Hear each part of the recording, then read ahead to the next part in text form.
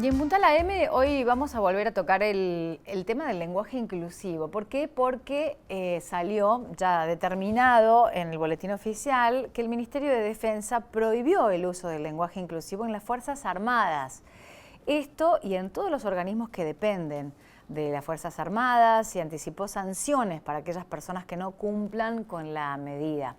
Vamos a hablar con Carlos Rusconi, que es docente, que es investigador de Ciencias de la Comunicación, con quien cada tanto establecemos el contacto para estas temáticas. Carlos, buen día. ¿Cómo estás?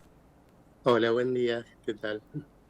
Bueno, ¿cómo comenzar, ¿no? este gobierno nacional con un determinado perfil que va, entre otras cosas, por estas cuestiones también, ¿no? En el Ministerio de Defensa, a cargo de Luis Petri, tomando estas decisiones que tienen que ver con el lenguaje, pero que tiene otra cuestión de fondo, ¿no? Un posicionamiento político y económico, ni hablar, que va a prohibir a partir de ahora que a una suboficial se le diga, por ejemplo, o cava o algún rótulo que tenga el femenino en el cargo. ¿Qué te parece? Sí, bueno, es parte de una batalla cultural, sin duda.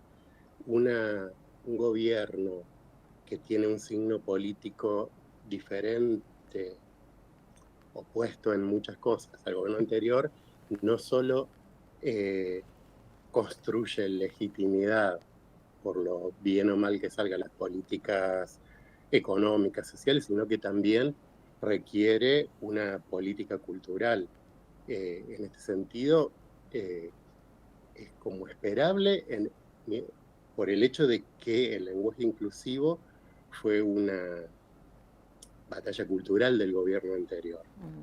Eh, y yo creo que tiene, a ver, tiene ese sentido. No creo que el uso del lenguaje inclusivo en las Fuerzas Armadas estuviera extendido.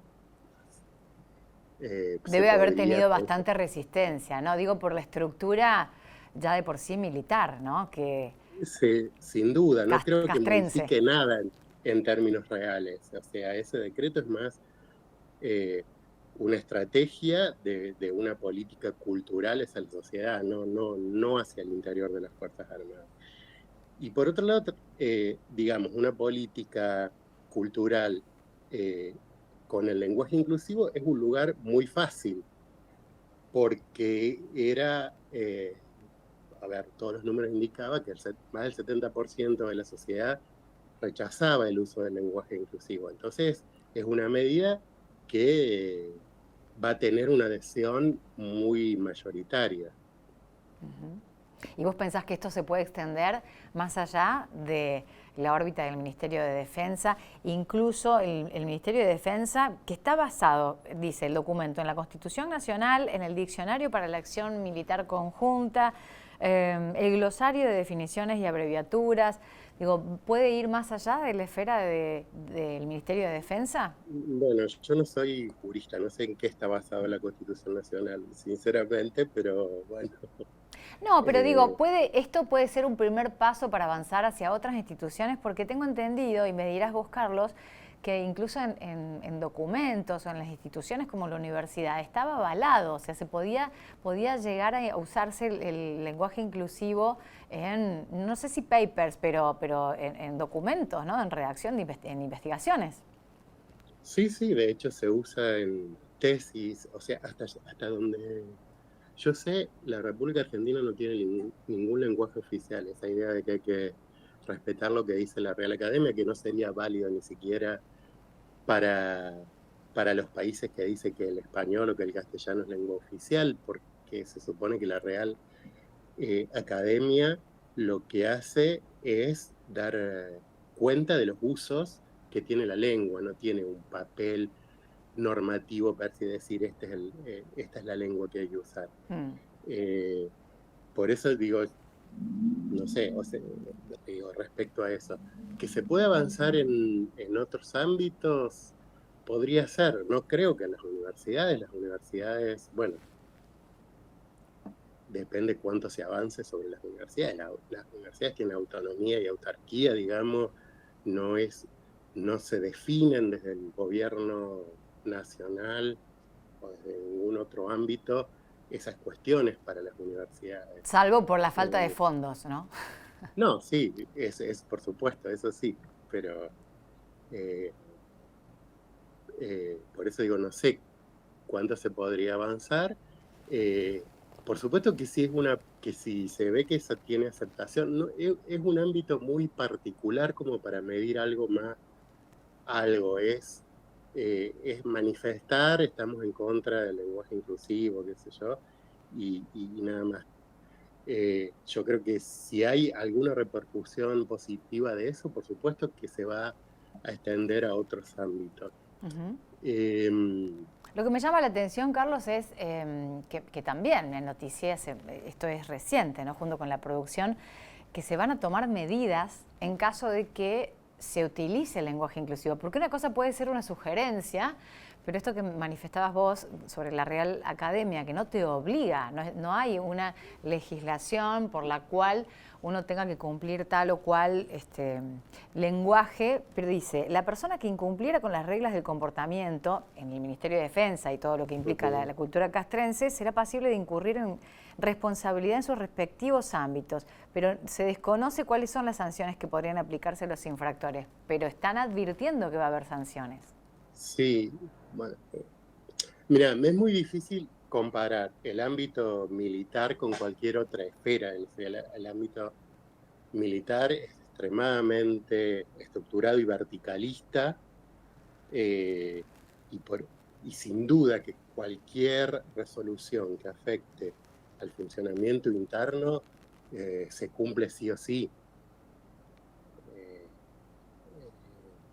No sé qué sanciones estará previstas. Yo creo que ninguna, porque sinceramente no creo que sea un ámbito donde se use el lenguaje inclusivo, que esto modifique algo. En realidad esa resolución es para mostrar al resto, no es pensando en cómo funciona internamente el ejército. Es mi impresión, puede estar equivocado, no conozco, pero por la lógica No, del fue recibido con funcionamiento. beneplácito puertas adentro, tengo entendido, del Ministerio de Defensa y de toda la cultura castrense. Pero vos decís entonces, porque está planificado que se lleven adelante campañas. Luis Petri, el ministro de Defensa, había dicho que está la posibilidad real, concreta, del diseño de campañas para llevarlo, digo, y entonces se extiende esto, y volvemos al principio de la conversación en donde vos mencionás la batalla cultural, ¿no? Que se libra. Sí, A sin partir de duda. ahí, un caminito que avanza. Y insisto que es una batalla fácil esta. Hay otras batallas que son más complicadas. Esta es una batalla fácil porque la mayoría rechaza el uso del lenguaje inclusivo. Eso me interesa y me gustaría que profundices un poquito más acerca de lo que conoces al respecto. ¿Cómo es que el 70% No, de la gente lo rechaza? sí, está de acuerdo con... A ver, hubo algunas encuestas sobre ideología y cosas que daban esos datos, pero lo cual es previsible. O sea, cualquier sociedad es bastante conservadora respecto a la lengua. La lengua es un instrumento que funciona eh, como instrumento de comunicación, y para que funcione como instrumento de comunicación hay que respetar una convención. La lengua cambia muy de a poco desde determinados ámbitos, y el lenguaje inclusivo es un cambio muy grande. Digamos, las políticas que tienen que ver con la lengua, una política, ¿no?, de inclusión, por ejemplo, que tenga que ver con la lengua, que funcionaron son cosas muy puntuales. Por ejemplo, la palabra gay. Y funciona en la medida que es una palabra de autoidentificación, no pretende que la sociedad los nombre gay, pero en la medida que se usa y se extiende, funciona. Acá es todo un sistema extremadamente complejo. Yo creo que muchos están en contra porque implica una gran dificultad usarlo, porque no es cambiar la E. Es, qué sé yo, la diferencia entre el pronombre de objeto indirecto y el le artículo, cambiando el la o el lo, es compleja. ¿Quién considera que tiene un uso que se desempeña bien con la lengua, que pertenece a la clase culta, de alguna manera, no tiene problema en usarla mal? Si se equivoca no hay problema. Pero estoy de alguna manera fundamentándome en un sociólogo muy importante que es Bourdieu, que trabajó bastante esto del uso de la lengua legítima y de los que no tienen la capacidad de usar una lengua tal como es la norma culta establecida y todas las dificultades que eso prevé. Entonces, quienes tienen dificultad de usar la norma culta, pero considera que es bueno usarla, si encima se la complejizan más, lo ven como un problema. Una resistencia. Hay mayor resistencia. Aparte de que por sí un lingüista, el que crea la lingüista moderna, Ferdinand de Saussure, a principios del siglo XX, cuando habla, ya lo decía, digamos, hay una gran resistencia, una gran inercia colectiva a la modificación del lenguaje. Entonces, por eso digo que una política conservadora con la lengua tiene más garantías de tener éxito que una política reformista. Claro, pero va por todo, porque incluso ni siquiera el binarismo, tengo entendido, ¿no? Porque una cosa era el uso de la E, que era muy resistido, y otra cosa es el binarismo, o sea, el nombrar no a todo el mundo como masculino, no todos y todas. Se lo atribuye también a una posición política, a un partido político, al Frente de Todos, a Cristina Fernández de Kirchner en todo caso, y por eso también se niega esa parte, ¿no? El inclusivo femenino y el no homologar todo bajo el masculino. Yo creo que, a ver, hay acá una cuestión que tiene que ver cómo se ve la política, cómo se vive la política en Argentina, la política y otras cosas, digamos. La vida. De manera bastante dicotómica, amigos, enemigos, es la lógica de funcionamiento siempre. Entonces, yo creo que cualquier política que se identifique claramente con uno de esos dos polos va a tener rechazo del otro.